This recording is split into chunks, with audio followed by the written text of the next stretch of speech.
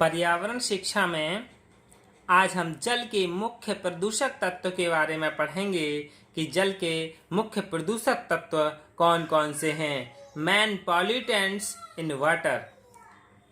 जल में मिश्रित प्रदूषक तत्व मानव, वनस्पति एवं जीव जंतुओं पर दुष्प्रभाव छोड़ते हैं। कुछ प्रदूषक तत्व तो तत्काल दुष्प्रभाव प्रदर्शित कर देते हैं और कुछ धीरे धीरे अपना असर दिखाते हैं। जल में मिले हुए प्रदूषक तत्वों के शीघ्र प्रभाव के रूप में अनेक बीमारियां जन्म लेती हैं।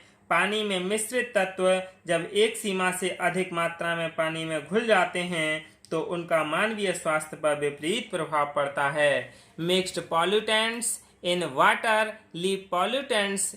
Water leave side effects on human flora and fauna.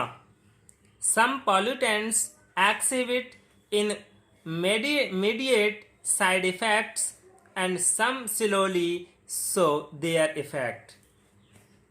सबसे पहला है फ्लोराइड। अकार्बनिक फ्लोराइड बहुत ही जहरीला पदार्थ है। इसकी लगातार मात्रा लेने से वजन का कम होना, खून की कमी, दांतों की बीमारियां, अंगों का असाधारण विस्तार, हड्डियों का मुड़ जाना, जोड़ों में दर्द आदि बीमारियां हो जाती हैं। Inorganic fluoride is a very toxic substance due to its frequent intake, weight loss, blood loss, dental disease, extravagant expansion of the limbs, twisted bones, joint pain, etc. are the disease. Fluoride पश्चिमी राजस्थान के भूमिगत जल में पाया जाता है। जल में फ्लोराइड की मात्रा 1 ppm से अधिक होने पर बच्चों के दांतों में छेद हो जाते हैं। 1.5 ppm से अधिक होने पर दांतों पर धब्बे पड़ जाते हैं तथा दांतों की चमक समाप्त हो जाती है और वे पीले पड़ जाते हैं। इसलिए बच्चों को शुद्ध यानी प्योर जल होना चाहिए और उनमें फ्लोराइड की मात्रा कम ही हो। दूसरा है सीसा यानी लेड। यह एक जहरीला तत्व है जो निर्धारित सीमा से अधिक मात्रा में घुलने पर जन स्वास्थ्य को प्रभावित करता है। इससे जिगर और गुर्दे प्रभावित हो जाते हैं। महिलाओं में गर्भपात तथा हीमोग्लोबिन की कमी और मानसिक ह्रास का कारण जैसी बीमारियां हो जाती हैं। It is a poisonous substance that when dissolved in excess of the prescribed limit flows to public health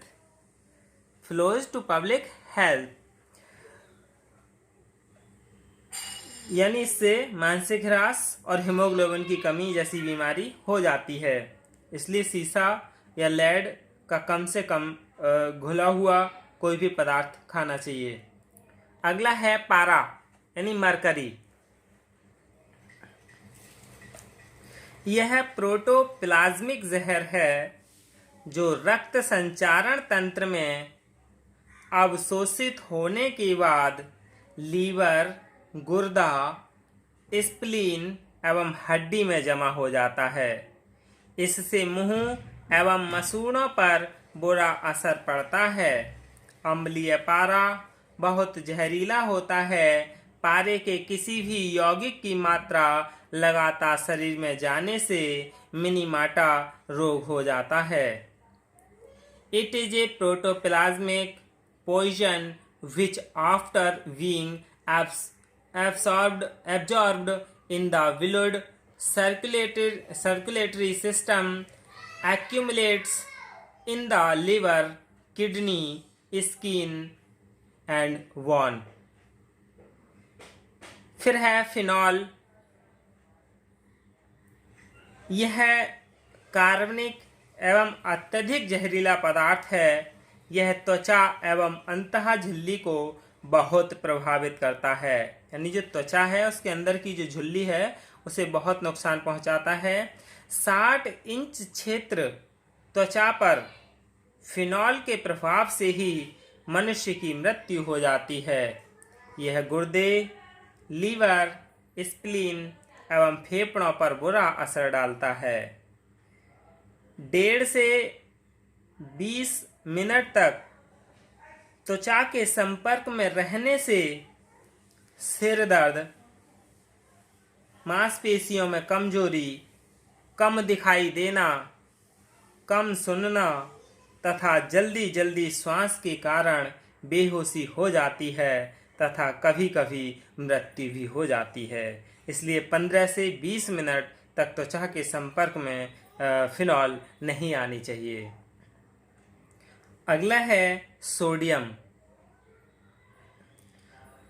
sodium अत्यंत सक्रिय तत्व होने के कारण यौगिक के रूप में ही पाया जाता है, यानी कंपाउंड के रूप में ही पाया जाता है। इन यौगिकों में जहरीलापन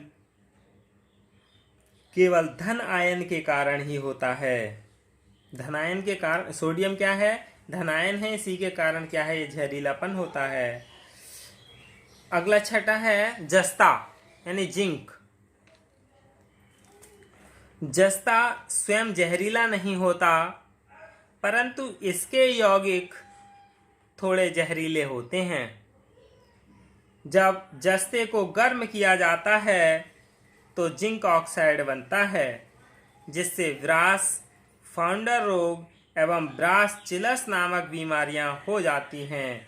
जिंक क्लोराइड की अधिक मात्रा फेफड़ों को खराब कर सकती है। जिंक ऑक्साइड की अधिक मात्रा लेने से तेज उल्टियां होने लगती है। अगला है नाइट्राइट्स। बहुत खतरनाक पदार्थ है। ये जो नाइट्राइट्स है ये बहुत खतरनाक पदार्थ है। इससे बच्चों में विलू बेबी नामक बीमारी हो जाती है। उल्टियां होना तथा त्वचा का रंग गहरा हो जाना इसका मुख्य प्रभाव है। यानी इसका प्रभाव यदि नाइट्राइट्स का हो जाए तो क्या पहचान है? उल्टियां ज़्यादा होती हैं और त्वचा कैसी गहरे रंग की हो जाती है। और अगला है पैथोजेनिक बैक्टीरिया अथवा ऑर्गेनिज्म। स्वास्थ्य के लिए बहुत ही खतरनाक होते हैं। इनसे हैजा, मोतीझरा, इन्फेक्शन, हेपेटाइट आदि बीमारियां फैलती हैं। अधिक मात्रा होने पर महामारी भी फैल सकती है। इसलिए इन चीज़ों से बच के रहना चाहिए।